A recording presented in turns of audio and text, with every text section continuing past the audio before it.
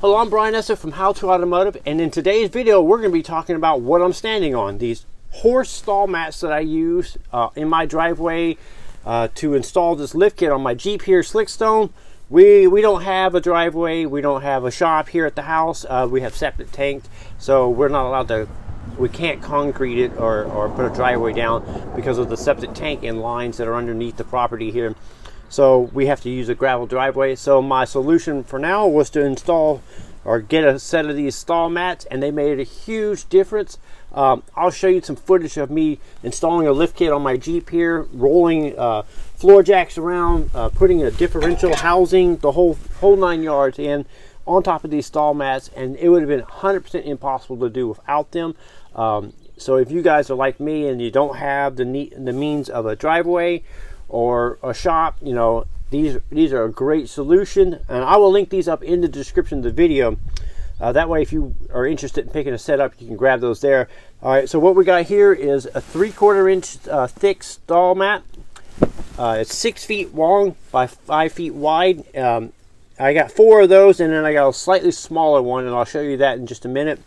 And that one I use for mobile use. I roll it around wherever I'm at, wherever I'm working, and it's worked out great. Now I could stand to use a couple more, and I will get those. Depending on where you buy them, they range anywhere from $50 to $100 per mat. Okay, so this is the smaller mat that I was telling you about. This one is 4 feet by 3 feet. This mat is only a 1/2 inch thick. The main mats here are 3/4 inch thick here.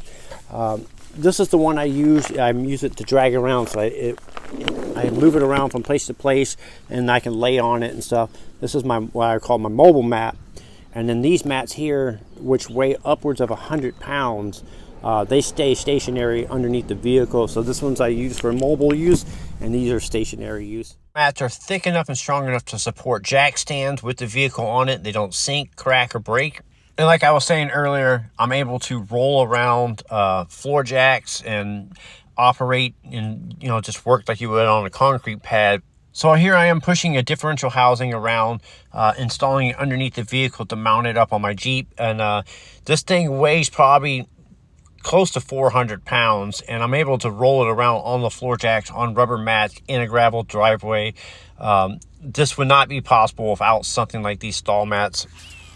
An added bonus is they're a lot more comfortable than laying on concrete. So here I am laying underneath the vehicle, doing some grinding and stuff, and it was not that bad on my back or my knees when I was getting up and down from underneath the vehicle. It was very forgiving and actually a quite comfortable work experience.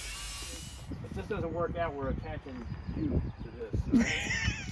She's all, no, I'm done. I'm out of here. I'm Brian Esser from How to Automotive, and if this is something you're interested in, I will leave links for it down in the description of the video. I'd like to thank you guys for watching.